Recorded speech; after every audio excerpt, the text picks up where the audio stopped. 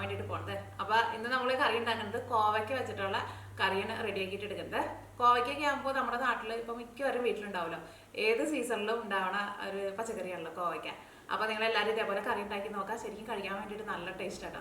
നമ്മുടെ ചോറിൻ്റെ കൂടെ അല്ലെങ്കിൽ ചപ്പാത്തിയുടെ കൂടെ ഒക്കെ കഴിക്കാൻ വേണ്ടിയിട്ട് നല്ല ടേസ്റ്റ് ഉണ്ടാവും. ഇനി ഈ കറിയിലേക്ക് നിങ്ങൾക്ക് ലാസ്റ്റ് മുട്ട ഇഷ്ടമാണെന്ന് വെച്ചിട്ടുണ്ടെങ്കിൽ മുട്ടയും കൂടിയിട്ട് പുഴുങ്ങിയിട്ടിട്ടുണ്ടെന്ന് വെച്ചിട്ടുണ്ടെങ്കിൽ മുട്ടക്കറി പോലെയും കഴിക്കാം. പിന്നെ നിങ്ങളെല്ലാവരും സുഖമായിട്ടിരിക്കുമെന്ന് വിചാരിക്കണം. ഇവിടെ ഞങ്ങളെല്ലാവരും സുഖമായിട്ടിരിക്കണം.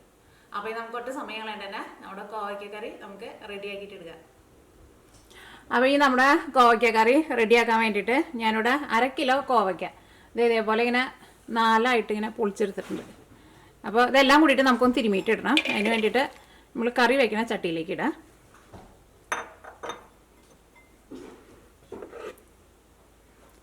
ഇതിലേക്ക് ചേർക്കാൻ വേണ്ടിയിട്ട് ഞാനിവിടെ ഒരു ചെറിയൊരു സവോള ഇതേപോലെ ഇങ്ങനെ സ്ലൈസ് ചെയ്തെടുത്തിട്ടുണ്ട്. പിന്നെ ഒരു കഷ്ണം ഇഞ്ചി, അത് നല്ല കനം കുറച്ചിട്ട് ഇങ്ങനെ കട്ട് ചെയ്തിട്ട് എടുക്കുക. പിന്നെ പച്ചമുളക് നിങ്ങളുടെ എരിവിനനുസരിച്ചിട്ട് ചേർക്കുക. അപ്പോൾ ഇത് 3 കൂടിയിട്ട് ഇതിലേക്ക് ചേർക്കുക.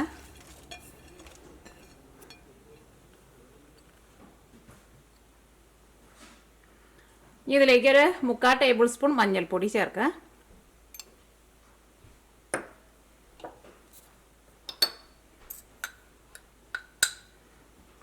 മുളക് പൊടി ചേർക്കുക. മുളക് പൊടി ഞാനിതിലേക്ക് 1.5 ടേബിൾ സ്പൂണാണ് ചേർക്കുന്നത്. പിന്നെ കുറച്ചും കൂടി നല്ല എരിവ് വേണമെന്ന് വെച്ചിട്ടുണ്ടെങ്കിൽ നിങ്ങൾ അതനുസരിച്ചിട്ട് മുളക് പൊടി കൂടുതൽ ചേർത്തോ. ഇനി നമുക്കിതിലേക്ക് ഉപ്പും കൂടി ചേർത്തിട്ട് പിന്നെ കുറച്ച് വെളിച്ചെണ്ണയും കൂടി ചേർത്തിട്ട് കൈ കൊണ്ട് ഫസ്റ്റ് നന്നായിട്ട് തിരുമാം. അപ്പോൾ ഇതിലേക്ക് നമുക്ക് ആവശ്യത്തിന് ഉപ്പ് ചേർക്കുക. വെളിച്ചെണ്ണയും ചേർക്കുക. ഇത് വെളിച്ചെണ്ണ കേട്ടോ, ഇവിടെ തണുപ്പായതുകൊണ്ടാണ് വെളിച്ചെണ്ണ ഇങ്ങനെ കട്ട പിടിച്ചിട്ടിരിക്കുന്നത്. അപ്പോൾ ഇതെല്ലാം കൂടിയിട്ട് അങ്ങോട്ട് തിരുമിയിട്ട് എടുക്കാം നമുക്ക്. അപ്പോൾ ഈ കോവയ്ക്കയുടെ ഉള്ളിലെ വെള്ളവും സവോളയുടെ ഉള്ളിലെ വെള്ളമൊക്കെയാണ് പുറത്തേക്ക് വരും. നമ്മളിങ്ങനെ തിരുമിയിട്ട് ഒരു 10 മിനിറ്റ് ഒന്ന് റെസ്റ്റ് ചെയ്യാൻ വേണ്ടിയിട്ട് വെക്കണം. പിന്നെ വെളിച്ചെണ്ണയ്ക്ക് കൂട്ടിയിട്ടാണ്ട് തിരുമ്പുമ്പോൾ നല്ലൊരു മണവും വരും. നന്നായിട്ട് ഇങ്ങനെ തിരുമ്മിയെടുക്കുക. പിന്നെ കോവയ്ക്ക ഇങ്ങനെ കുറച്ച് ബലത്തിലാണല്ലോ ഇരിക്കുന്നത്, അതുകൊണ്ട് തന്നെ അങ്ങനെ ഉടഞ്ഞു പോവുകയും ചെയ്യില്ല. ഇപ്പോൾ നമ്മൾ നാടൻ കറികളൊക്കെ വയ്ക്കുമ്പോൾ ഇങ്ങനെ തിരുമിയിട്ട് വയ്ക്കാം. അല്ലെങ്കിൽ നമ്മൾ സാധാരണ കറികളൊക്കെ വയ്ക്കുമ്പോൾ ഫസ്റ്റ് സവോളയൊക്കെ നമ്മൾ വഴറ്റിയിട്ടല്ലേ ഉണ്ടാക്കുന്നത്. ഇതേപോലെ നമ്മുടെ നാടൻ കറികൾ വയ്ക്കുമ്പോൾ ഇങ്ങനെ കൈ കൊണ്ട് ഇങ്ങനെ തിരുമിയിട്ട് കറി റെഡിയാക്കിയിട്ട് എടുക്കാം. നല്ല ടേസ്റ്റായിരിക്കും കറി കഴിക്കാൻ വേണ്ടിയിട്ട്.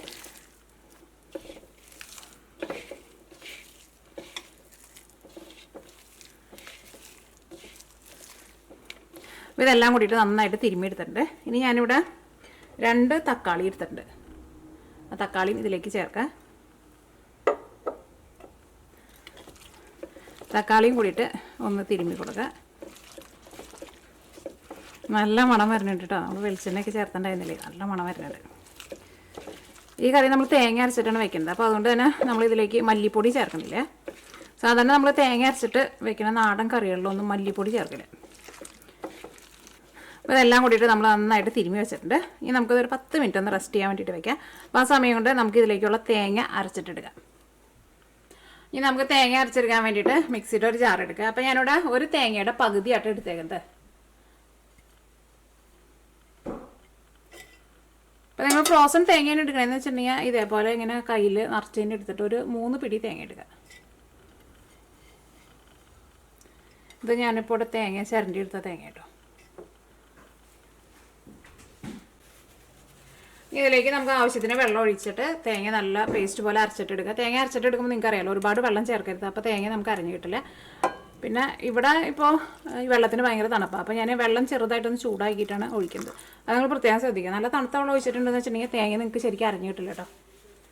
പിന്നെ ഇത് നല്ല പേസ്റ്റ് പോലെ അരച്ചിട്ടെടുക്കുക. അപ്പോൾ നമ്മൾ തേങ്ങ നല്ല പേസ്റ്റ് പോലെ അരച്ചെടുത്തിട്ടുണ്ട്. ഇനി ഇതുകൊണ്ട് നീക്കി വയ്ക്കുക. അപ്പോൾ നമ്മൾ തിരുമ്മി വെച്ചേക്കുന്നത് ഇപ്പോൾ ഒരു 10 മിനിറ്റ് ആയിട്ടുണ്ട്. ഇനി നമുക്ക് ഇതിലേക്ക് ആവശ്യത്തിന് വെള്ളം ചേർക്കാം. അപ്പോൾ കറി നന്നായിട്ടൊന്ന് തിളച്ച് കഴിഞ്ഞിട്ട് പിന്നെ നമുക്ക് ഇതിലേക്ക് അരച്ച് വെച്ചേക്കണം തേങ്ങ ചേർത്താൽ മതി.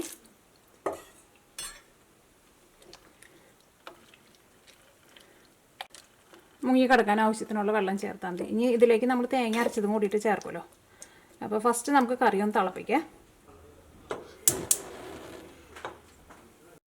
ഈ കറി നന്നായിട്ടൊന്ന് തിളച്ച് കഴിയുമ്പോൾ നമുക്ക് ഇതിലേക്ക് അരച്ച് വെച്ചേക്കണം തേങ്ങ ചേർക്കാം. പിന്നെ ലാസ്റ്റ് കറിയിലേക്ക് നമുക്ക് താളിച്ചും ചേർക്കണം.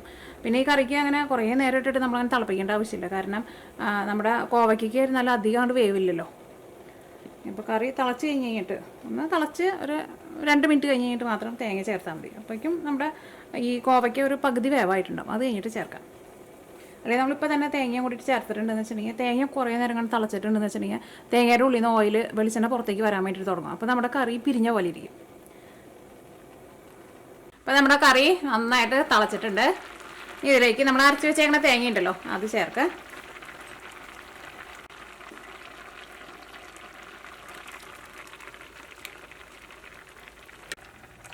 ജാറിലേക്ക് കുറച്ച് വെള്ളം ഒഴിച്ചിട്ട് കുറച്ചും കൂടി വെള്ളം ചേർക്കുക. ഒരുപാട് ഭയങ്കര ചാറിൽ എടുക്കണ്ട കേട്ടോ.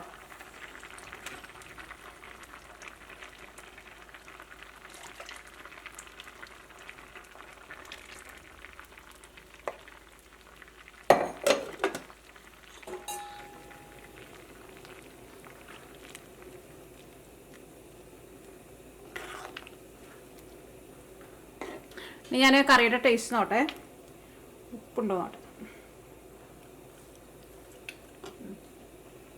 ഉപ്പ് കുറച്ച് കുറവുണ്ട്, കുറച്ചുകൂടി ഉപ്പ് ചേർക്കട്ടെ. ഇനി നമുക്ക് കറി മൂടി വെച്ചിട്ട് ഒരു 5 മിനിറ്റ് കൂടി കറി നന്നായിട്ടൊന്ന് തിളപ്പിക്കാം. ഇപ്പൊക്കെ നല്ല കറക്റ്റ് പാകമായിട്ടുണ്ട്. തക്കാളിയുടെ ഒരു ചെറിയ പുളിയൊക്കെ ഉണ്ട്. പിന്നെ നമ്മുടെ കറി മൂടി വയ്ക്കാം.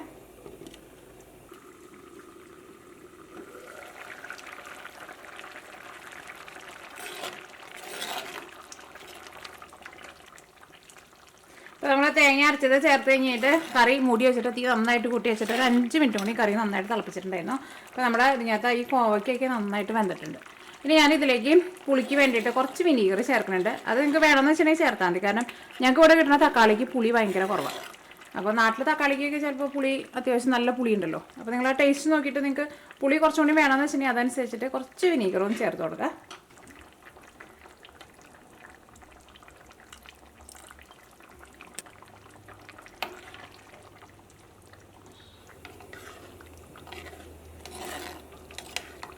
വിനീഗർ ചേർത്ത് കഴിഞ്ഞിട്ട് കറി ഒന്ന് നന്നായിട്ട് ഇളക്കി കൊടുത്തു കഴിഞ്ഞിട്ട് നമുക്ക് തീ ഓഫ് ചെയ്യാം. അത് കഴിഞ്ഞിട്ട് നമുക്ക് കറിയിലേക്ക് താളിച്ച് ചേർക്കാം.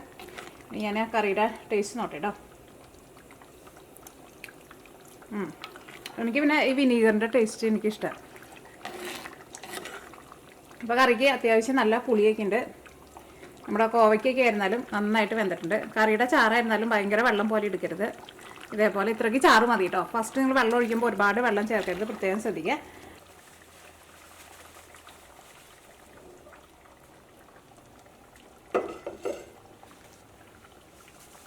ഈ കറിയിലേക്ക് നമുക്ക് താളിച്ച് ചേർക്കാൻ വേണ്ടിയിട്ട് ഒരു പാൻ വെച്ചിട്ട് ചൂടാക്കുക.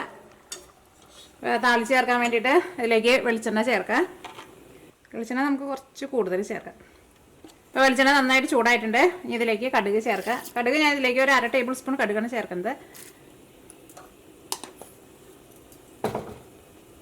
ഈ താളിച്ച് ചേർക്കാൻ വേണ്ടിയിട്ട് സാധാരണ നമ്മൾ താളിക്കുമ്പോൾ ചേർക്കണ പോലെ എനിക്കിവിടെ ചുവന്നുള്ളി ഇട്ടിട്ടുണ്ട് കേട്ടോ. അപ്പോൾ ഞാനിവിടെ ചുവന്നുള്ളിന് എടുത്തേക്കുന്നത്. ചുവന്നുള്ളി ഏതായാലും കുറച്ച് കൂടുതൽ ചേർക്കാം. ഇപ്പം നിങ്ങൾ ചുവന്നുള്ളി ഇല്ലാന്ന് വെച്ചിട്ടുണ്ടെങ്കിൽ സാധാരണ നമ്മൾ സബോള ചേർക്കില്ല, അതേപോലെ സബോള ചേർക്കാം. പിന്നെ കറിവേപ്പില എടുത്ത് വെച്ചിട്ടുണ്ട്. ഉണക്കമുളക് വേണമെന്ന് വെച്ചിട്ടുണ്ടെങ്കിൽ ഉണക്കമുളകും ചേർക്കാം. അപ്പോൾ നമ്മുടെ കടുക് പൊട്ടിയിട്ടുണ്ട്. ഇനി ഇതിലേക്ക് ചുവന്നുള്ളി ചേർക്കാം.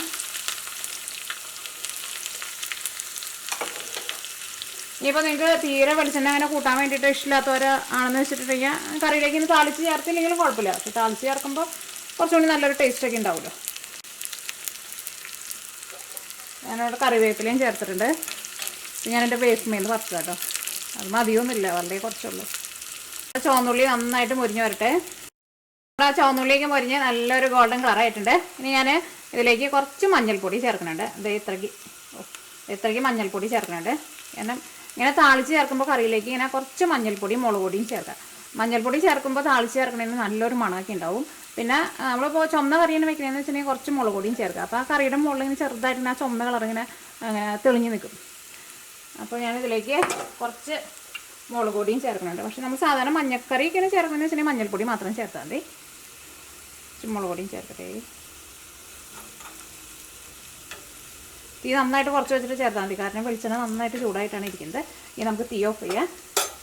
ഇനി നല്ല ചൂടോട് കൂടിയിട്ട് തന്നെ ഇത് നമ്മുടെ കറിയിലേക്ക് ചേർക്കുക.